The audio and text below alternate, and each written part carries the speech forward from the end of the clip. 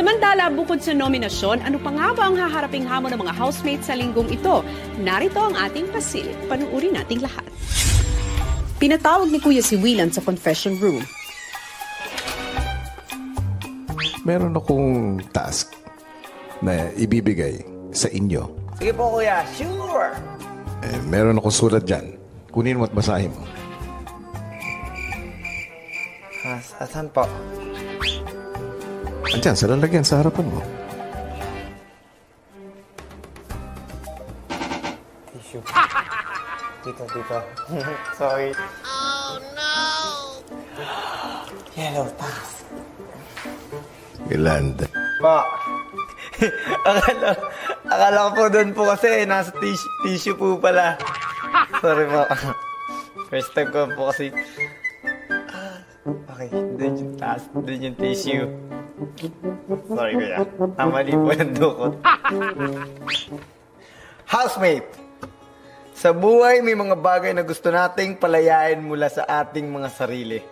Things that you went to be free from or thing that you went to free yourself of.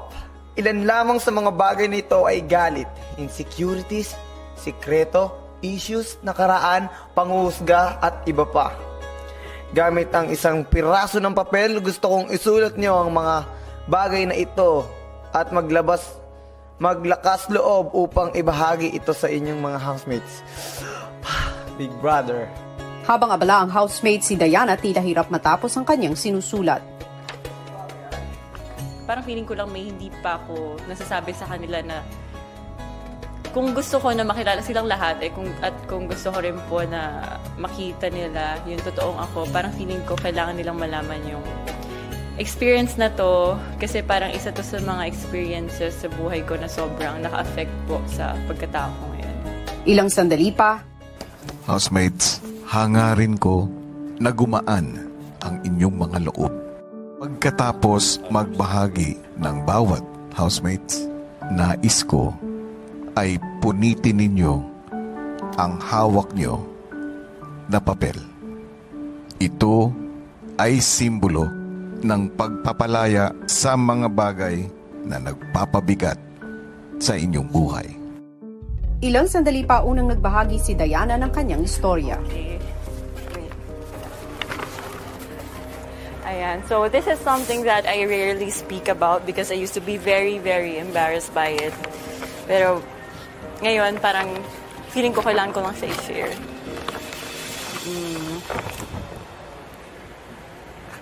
Ito. So, this happened nung high school ako, 13 years old, year after my father passed away.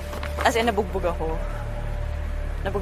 Pero bugbog lang naman. Wala namang attempted rape or anything. Tricycle po yung sinakyan ko.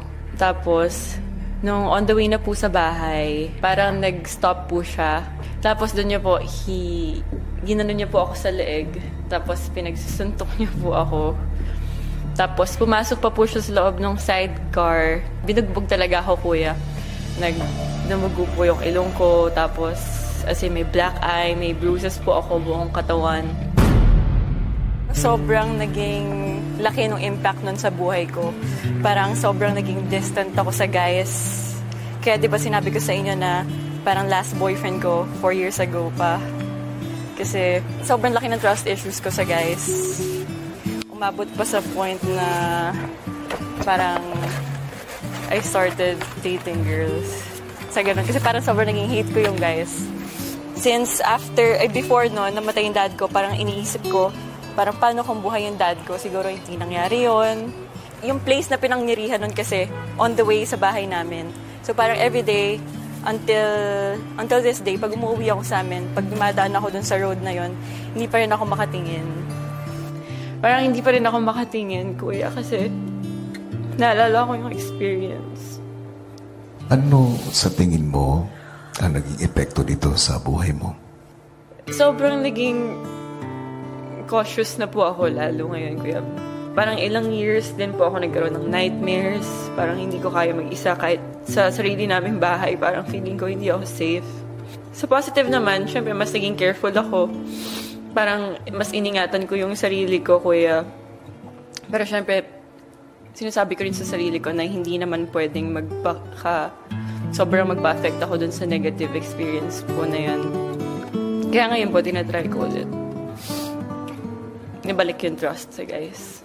Salamat sa iyong tapang at ganoon din sa iyong pagpapakatotoo. Naway sa pamamagitan nito, mas makilala ka ng housemates mo. At higit sa lahat, mas makilala mo ang sarili mo. Yes, kuya. Sunod namang nagbahagi si Frankie. I feel like in most aspects of my life, I'm pretty happy, but with relationships, they're not my strongest point. Since high school, I always found myself going to not the healthiest relationships. And I feel like that could be from losing my dad when I was 12. Yeah, I don't know. It's okay, Frankie. Kaya mo yan! I guess I found myself looking for that love in relationships that you would get from your dad. So I would always stay for the longest time in relationships that definitely could have ended a lot earlier than they did. I guess for the future, I want to find someone that we bring out the best in each other rather than the worst. Nakarelate po ako kay Frankie kasi ganun din po yung nangyari sa akin sa past relationship ko, kuya. Love you guys. Sunod namang inalaya ni Aki ang sarili sa bigat na damdamin.